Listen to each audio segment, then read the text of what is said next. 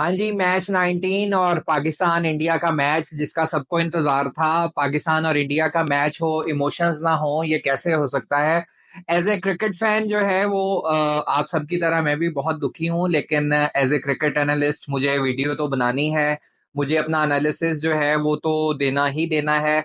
बहुत दिल खराब हुआ है मैच के बाद। इमोशंस जो हैं वो बहुत ज्यादा हर्ट हुए हैं कि इतना क्लोज मैच और बना बनाया मैच, लेकिन all credit goes to the Indian team. उनकी बॉलिंग, उनके स्किल्स, जिस तरह से जो है उन्होंने अपनी स्किल्स के ऊपर ट्रस्ट शो किया, कॉन्फिडेंस शो किया और पूरा डिलीवर किया उन्होंने टिल द एंड। और बहुत इजी होके वो खेले हैं। नर्व्स की गेम थी पाकिस्तान इंडिया गेम। सादी गेम भी हो वैसे होती तो वर्ल्ड कप में ही है, लेकिन प्रेशर गेम होती है और उसी प्रेशर को जो है वो इंडियन टीम ने बहुत जबरदस्त तरीके से टैकल किया और पाकिस्तानी टीम जो है वो उसको टैकल नहीं कर सकी। हालांकि जो है वो हमने बॉलिंग में बहुत अच्छी परफॉर्मेंस दी थी और इंडिया को जो है वो हमने बिलो पार स्कोर जो है वो कंटेन कर लिया था। जिस तरह से इंडिया ने स्टार्ट किया था, ऋषभ पंत जिस तरह से खेल रहे थे, तो लग रहा था कि स्कोर 160 के करीब जाएगा। 160 तक स्कोर तो चेस करना बहुत ही मुश्किल होता है इस गंदी विकेट के ऊपर, गंदे ग्राउंड में, जहां पर जो है वो बॉल ना रोल होती है ना कोई उसकी जो है वो उसको परचेज मिलता है कि शॉट के बाद जो है वो बाउंड्री मिल जाए, बहुत मुश्किल होता है।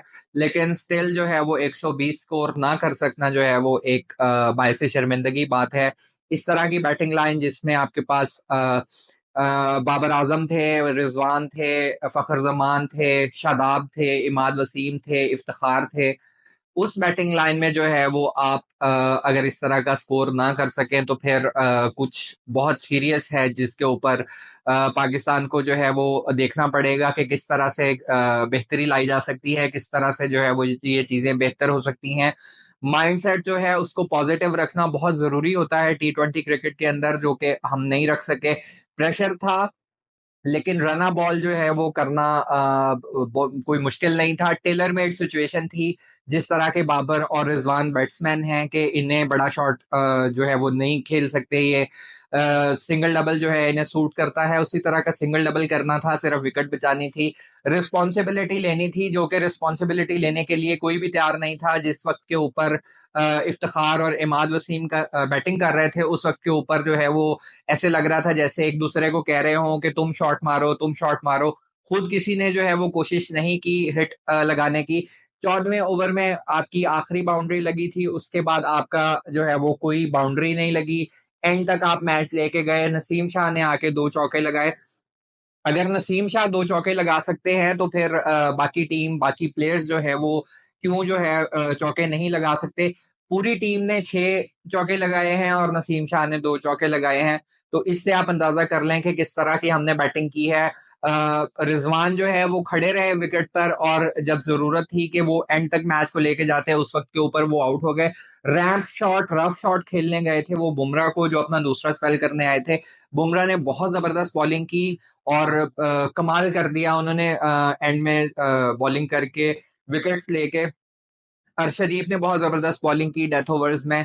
और फिर उसके बाद जो है वो हार्दिक पांड्या ने क्रुशियल विकेट्स ली, फखर जमान को उन्होंने आउट किया और शादाब को उन्होंने आउट किया। कोई भी बैट्समैन जो है वो रिस्पॉन्सिबिलिटी नहीं ले सका। और लास्ट मैच में जो है हम यूएसए से हारे थे, उसमें हमारे कैप्टन का कहना था कि बैटिंग ठीक थी, बॉलिंग को रिस्पॉन्सिबिलिटी लेनी चाहिए थी। तो आज जो है वो फिर आप क्या कहेंगे कि रिस्पॉन्सिबिलिटी किसे लेनी चाहिए थी। ऑब्वियस है कि बैटिंग हमारी जो है वो एक फ्लॉ है।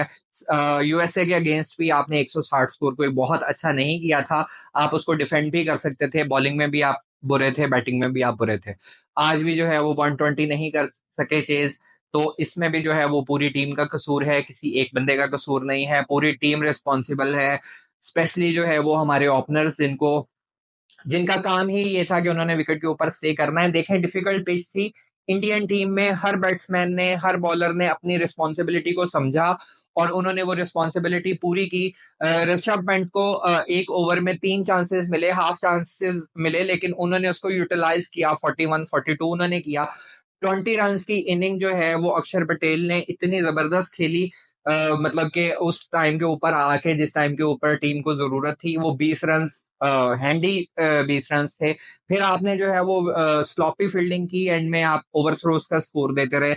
जिस तरह का काम आपने यूएसए के खिलाफ सुपर ओवर में किया था वही काम आपने यहाँ पे किया। तो ये सारी चीजें जो हैं ये इंटरनेशनल क्रिकेट में काउंट होती हैं।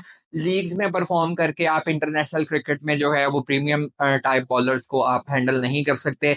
Usman Khan was a failure, Imad was a failure, Shadab और इफ्तिखार। इफ्तिखार तो मुझे कुछ समझ नहीं आ रही कि कब वो बड़ी हिट्स लगाते हैं और किस जगह लगाते हैं। अगर क्रिटिसाइज किया जाए तो फिर कहा जाता है कि जी हमें क्रिटिसाइज ना किया जाए, हमें आपकी सपोर्ट की जरूरत है। तो इस तरह का आप परफॉर्म करेंगे फैंस की और कॉम के साथ, इमोशंस के साथ आप इस तरह से खेलेंगे तो भाई बहुत मुश्किल हो जाएगा हमारा आपको सपोर्ट करना। लेट्स सी, अभी टूर्नामेंट में जो है वो 2 मैचेस हैं। अब तो एज ए फैन जो है वो हम ये चाह रहे हैं कि आप सुपर 8 में ना जाएं। पहली दफा ऐसे है कि हम दुआएं कर रहे होते हैं कोई जीते कोई हारे, सुपर 8 में चले जाएं। जो आपने पहले 2 मैचेस में किया है तो उसमें मैं तो ये कह रहा हूँ कि आप आगे ना ही जाएं तो अच्छी बात है। लेट्स सी कि किस तरह से आगे मैचेस रहते हैं। इस वीडियो में इतना ही। अल्लाह हाफिज।